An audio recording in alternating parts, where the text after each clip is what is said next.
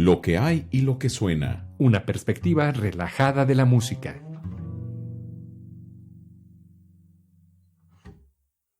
En el transcurso de los últimos 2 episodios hemos hablado sobre la prehistoria y la historia del órgano. Es momento de comenzar a hablar de tiempos más recientes y del origen del órgano, cómo lo vamos conociendo hasta nuestros días, en tiempos más recientes. Es interesante saber que el órgano evoluciona casi de la misma manera como la notación musical. No conocemos instrumentos vivos, o mejor dicho, funcionales anteriores al siglo XII. Entre el siglo XII y el siglo XV se han encontrado algunos cascarones con unos residuos de tubos y algunos restos de maquinaria. En este tercer episodio hablaremos del órgano en la Edad Media y el Renacimiento, en este periodo tan importante para el desarrollo del instrumento como tal. Coincide también, como habíamos dicho, en este periodo el desarrollo de la notación musical y cómo encuentra un terrible impulso en el medievo a estos 2 pilares fundamentales de la música. Por un lado, para la música de órgano y por otro lado, para la teoría de la música. Y por supuesto, en el Renacimiento veremos cómo llega a la cúspide. Pero bueno, vamos a seguir en nuestro tercer episodio de Lo que hay y lo que suena, el órgano. Cabe resaltar que en este caso los órganos resultan ser instrumentos musicales sumamente delicados, igual que la gran mayoría de todos los instrumentos musicales, puesto que están construidos de madera y muchas partes móviles que están unidas ya sea con pegamento, con clavos, pijas o tornillos. Sin embargo, el órgano además utiliza piel en sus fuelles principalmente, y en otras partes mecánicas también, lo cual hace que el instrumento sufra deterioro ya sea por mal uso, condiciones climáticas. La humedad, por supuesto, es un factor importantísimo, ya sea que haya exceso o ausencia total de la humedad. Esto contribuye en el deterioro de los instrumentos. Pero de esto hablaremos más adelante cuando lleguemos al barroco y a nuestros tiempos más recientes. Regresemos al siglo X. Veamos ¿qué hay sobre el órgano en aquella época? Hay registros, por supuesto, de lo que había y de lo que sonaba en aquella época con respecto a este instrumento. En la iglesia monástica de Winchester se erigió un órgano neumático importante en la época del obispo Ethelwold. Esto es alrededor de 963 y el 980 de nuestra era. Esto nos lo cuenta el cronista contemporáneo Volstan en su vida poética del gran eclesiástico Ethelwood. Hay un pasaje de un poema que describe el órgano y es de la siguiente manera. La traducción, por supuesto, hace que se pierda toda estructura del poema, sin embargo, nos quedamos con la traducción para poder entender de qué nos está hablando. Los órganos que han construido no se ven en ninguna parte fabricados en un doble terreno. 2 veces 6 fuelles superiores están alineados en fila y 14 se encuentran debajo. Estos, por explosiones alternativas, suministran una inmensa cantidad de aire y son trabajados por 70 hombres fuertes, trabajando con sus brazos cubiertos de sudor, cada uno incitando a sus compañeros a levantar el viento con todas las fuerzas para que la caja con el pecho lleno pueda hablar con sus 400 tubos que gobierna la mano del organista. Algunos están cerrados, él abre, otros cuando están abiertos, cierra, como lo requiera la naturaleza individual del sonido, variándolos. 2 hermanos, religiosos de espíritu, concordantes, se sientan en el instrumento, y cada uno maneja su propio alfabeto. Además, hay agujeros ocultos en las 40 lenguas, y cada uno tiene 10 tubos en su debido orden. Algunos se llevan a cabo aquí, otros allá, cada uno preservando el punto o situación apropiado para su propia nota.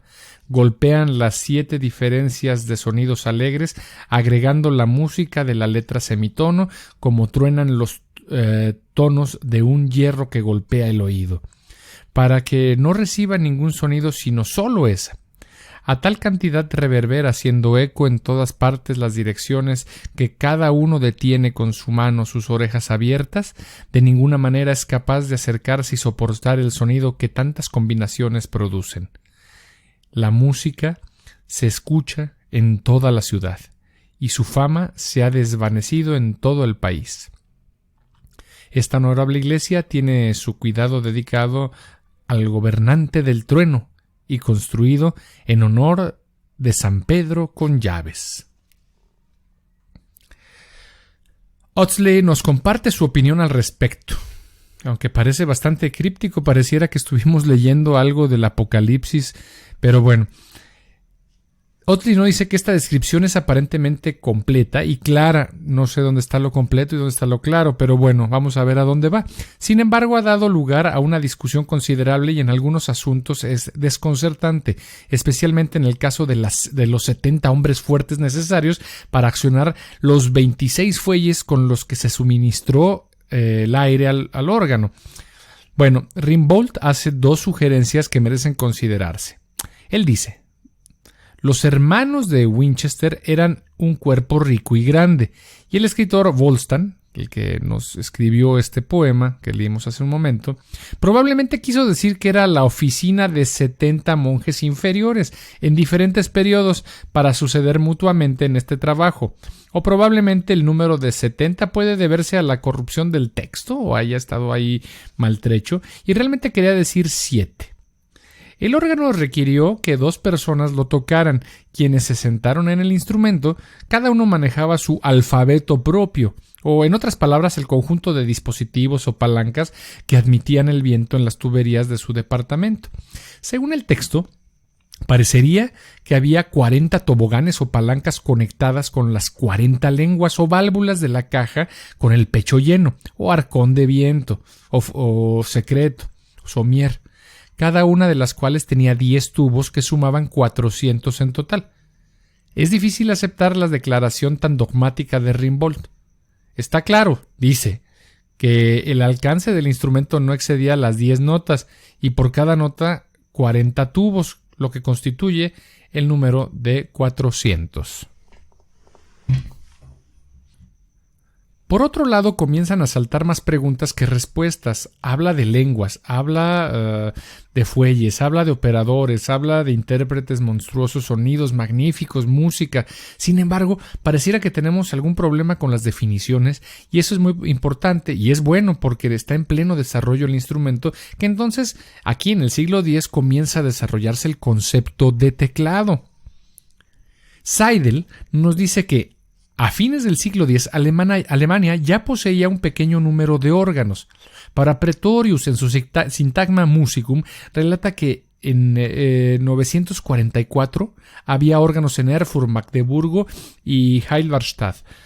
Por esta época, el Papa Silvestre II, que murió en Mayence en el año 1003, se dice que ha realizado mejoras considerables en el órgano hidráulico, que hasta ese momento había mantenido su terreno.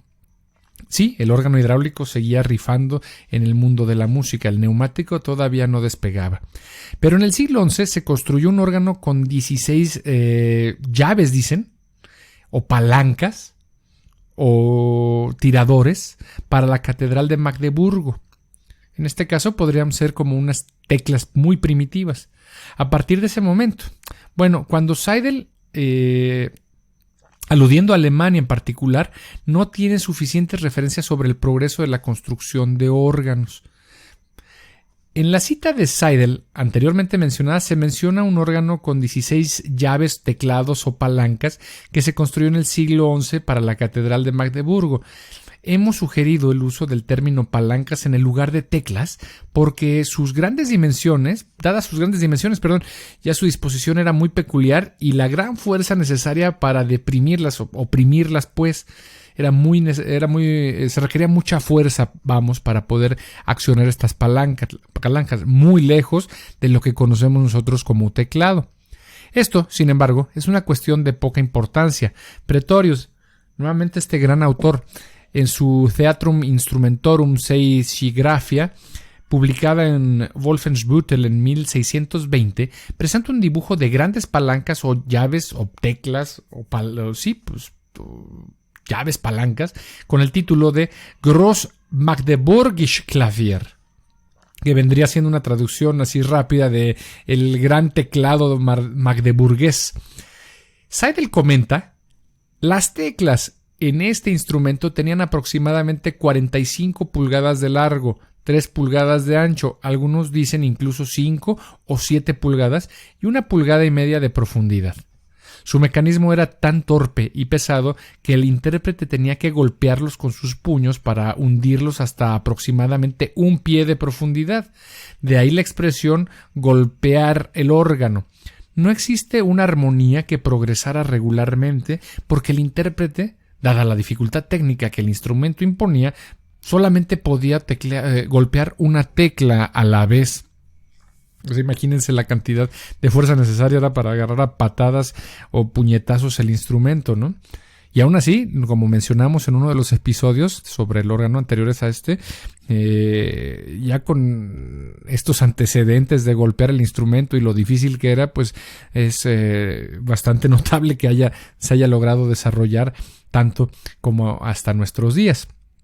Nuevamente, Pretorius en su Syntagma Musicum dice que el órgano en Halberstadt tenía 20 y el de Halberstadt tenía 20 y el de Magdeburgo 24 fuelles. Los fuelles tenían varios pliegues como los de los herreros y no estaban provistos de pesas. No había modo alguno para medir o regular el aire que se proveía al órgano y, en consecuencia, el aire provisto era desigual y la intensidad del sonido que se podía producir alternaba entre muy débil y muy fuerte. Tampoco hubo una afinación pura o correcta para este órgano. Hay una gran dificultad en rastrear, en todo lo que se aproxime de manera satisfactoria, el desarrollo del órgano entre los siglos XI y XII. Las ilustraciones que aparecen o que que podemos encontrar son extremadamente raras en los manuscritos de ese siglo. Seidel nuevamente dice que, probablemente aludiendo al trabajo alemán, dice que en el siglo XII se aumentó el número de teclas y después de esto cada tecla recibió 2 o 3 tubos adicionales que sonaban ya sea a la quinta y a la octava o la tercera y la décima. Por esta adición, el órgano se convirtió en una mezcla que permaneció hasta que se concibió la idea de dividir todos los registros y darle a esta combinación el registro de mixtura, como un nombre propio, y separarlo como tal del resto. En el siglo XIII parece haber visto poco, si es que algo, de importancia en el desarrollo del arte de la construcción de órganos, ya que recibió un control decidido por parte de las iglesias latinas y griegas que declararon en contra del uso del órgano en el culto público. En la iglesia griega nunca se ha reintroducido el instrumento, mientras que en la iglesia latina el órgano pronto fue adaptado nuevamente. Al entrar el siglo XIV nos acercamos a la época que vio grandes avances en el desarrollo del órgano en lo que a verdaderas líneas musicales se refiere. En este siglo, cada iglesia de importancia tenía una o más órganos, generalmente de forma portátil, para que pudieran trasladarse fácilmente a diferentes partes del edificio según los servicios requeridos. Seidel, este hombre aparece en todos lados, es uno de los más importantes personas que hizo investigación y recopiló información sobre órganos. Pero bueno, Seidel dice: en el siglo XIV los órganos se adaptaron de manera más universal. Un patricio veneciano, Marinus Sanutus, un entusiasta promotor del cristianismo, hizo que en el año 1312 se construyera un órgano para la iglesia de San Rafael. El constructor era alemán. De esto vemos que los alemanes ya tenían una reputación como constructores de órganos, que se extendía mucho más allá de las fronteras de su patria. Y vemos que los últimos inventos y mejoras en la construcción de órganos provienen casi exclusivamente de los alemanes. El órgano mencionado anteriormente encontró tantos admiradores en Venecia que el constructor recibió el honorable apellido de Torcellus. Los órganos en ese momento se llamaban Torcelli en Italia. Los monjes y el clero, los asiduos conservadores y promotores del aprendizaje y las artes durante la Edad Media, no solo se interesaban mucho en la construcción y decoración de los órganos en sus iglesias, sino que con frecuencia se dedicaron a la construcción y a tocar órganos, así que debemos considerarlos entre los promotores más ardientes de este arte. En 1350, un monje construyó un órgano en Thorn con 22 teclas. En este siglo se hicieron mejoras en el teclado torpe y pesado. Las teclas se hicieron más pequeñas y ordenadas, y su número aumentó tanto hacia arriba como hacia abajo, extendiéndose más de 2 y a veces 3 octavas. Además, se le dio una caída menor para que ahora se pudiera presionar con los dedos en lugar de con los puños. A los tonos diatónicos que hasta ahora se usaban exclusivamente se le agregan los tonos cromáticos do sostenido, re sostenido, etc. Las representaciones de los órganos de este periodo son muy pocas. Una de las representaciones más importantes se encuentra en una miniatura en un salterio latino del siglo XIV conservado en la Biblioteca Nacional en París. Si bien es extremadamente interesante que se muestre la forma de los fuelles manuales no pesados y la forma de operarlos, es de lamentar que no se muestra el teclado. A juzgar por las filas de tubos, el instrumento con toda probabilidad tenía 16 teclas con 2 hileras de tubos. Como Rimbaud dice, los primeros órganos monásticos y conventuales fueron muy pequeños. Simplemente se usaban para tocar la melodía de la canción simple, con las voces. Estos órganos se llamaban regals. El término real o rigol parece provenir del italiano rigovello. Sir Henry Spellman nos dice que en la iglesia de San Rafael en Venecia se veía la figura de cierto instrumento musical llamado rigavello. No solía usarse en iglesias antes que los órganos se pusieran de moda. Otro instrumento llamado turcello o torcello tuvo éxito. El rigovello, cuyo uso fue introducido en Venecia por un alemán. Este pasaje muestra claramente que la palabra real es una deformación o una contracción de la palabra rigovello. Sin embargo, estamos inclinados a cuestionar esta confusión, sosteniendo la opinión de que el nombre real se le dio al primer portativo medieval porque se le consideraba un instrumento real de su tiempo, así como el órgano hoy en día es considerado como el rey de los instrumentos, o tal vez fue porque era muy raro y fue introducido por primera vez en hogares reales o en concursos reales. Entonces, la desambiguación de que real viene de rigavello, más bien los autores se inclinan a pensar que regal viene a ser una transformación al nombre de real. Pero bueno, portativos o regales de diversos tipos eran de uso común en la última parte del siglo XIV y durante todo el siglo XV. Y las representaciones de los de la última época se ven con frecuencia en las miniaturas de manuscritos, pinturas y grabados iluminados, y más raramente en esculturas. En una hermosa miniatura en un breviario del siglo XV conservado en la biblioteca del Arsenal en París, representando al rey René y su corte de música, vemos a una figura femenina interpretando un portativo que descansa sobre las rodillas. Tiene 11 tubos y teclas planas y diatónicas. Se utiliza en concierto con otros 5 instrumentos musicales. En otra fina miniatura, en el breviario del mismo periodo conservado en la Biblioteca de Borgoña en Bruselas, representando al árbol de Jesse, encontramos a uno de los reyes tocando un portativo de 2 filas de tubos apoyado en sus rodillas, también en el concierto con varios otros instrumentos.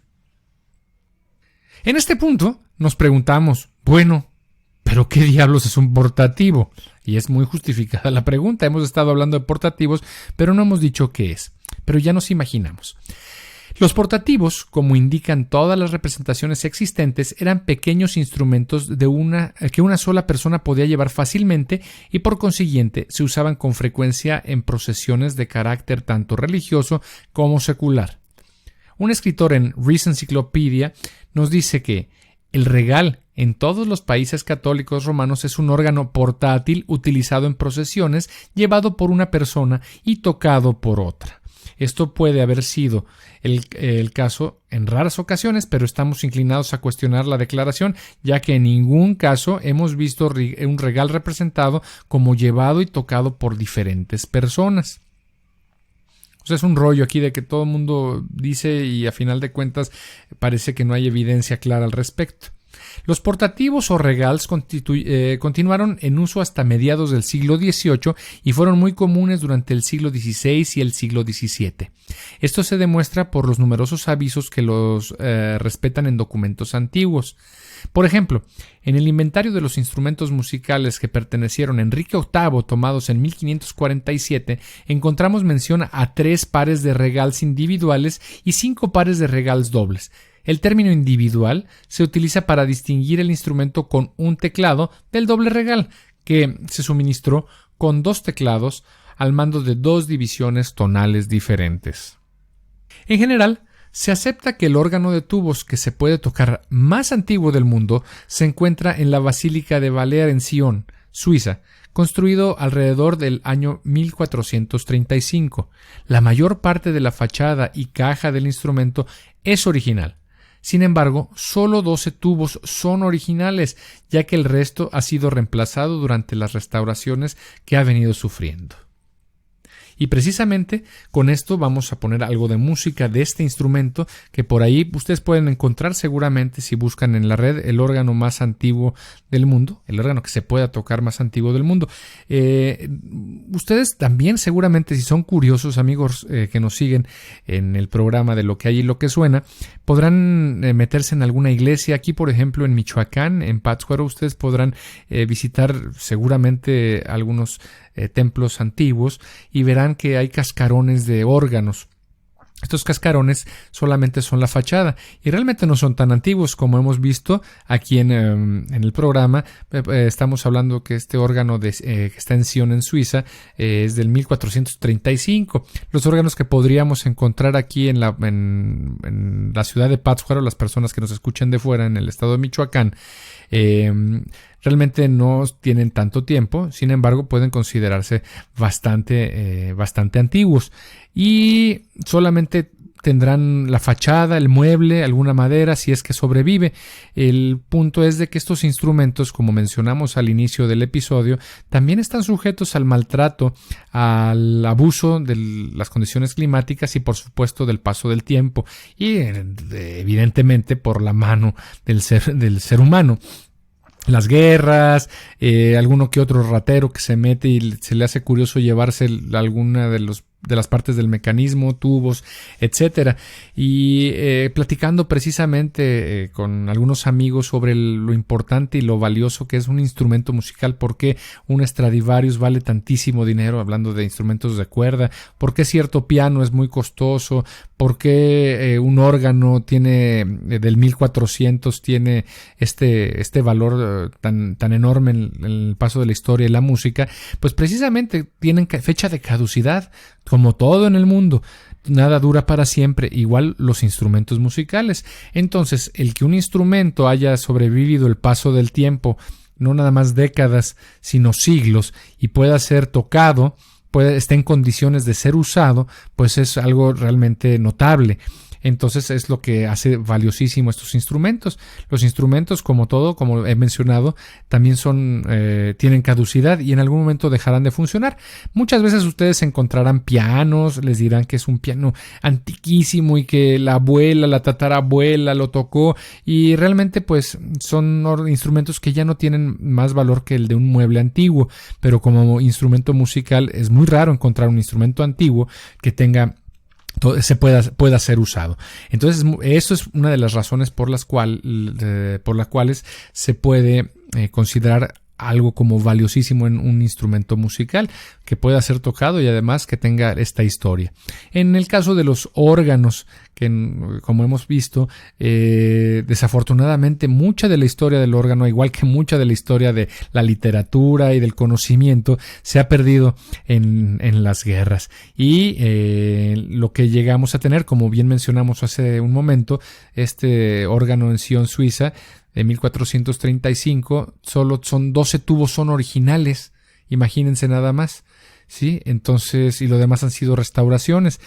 Un organero que conozco y que estimo mucho me comentó en algún momento cuando le pregunté en qué momento un instrumento puede ser restaurado, puede ser reconstruido, y me dijo que con un tubo con que sobreviviera solo un tubo era suficiente para comenzar la reconstrucción de un instrumento. Pero bueno, entonces los dejo con esta grabación de Diane Bish en el órgano de la Basílica de Balear en Sion, Suiza. Nos escuchamos el próximo programa con la cuarta parte de Lo que hay y lo que suena, la historia del órgano. Que tengan un excelente inicio de semana. Nos escuchamos por redes sociales. Hasta la próxima. Chao.